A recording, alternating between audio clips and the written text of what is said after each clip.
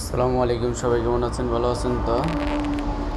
চন্দ্রগ্রহণের পরে আকাশে কত সুন্দর দৃশ্য, চাঁদের আলো ঝিলমিল করে আকাশে দেখছেন।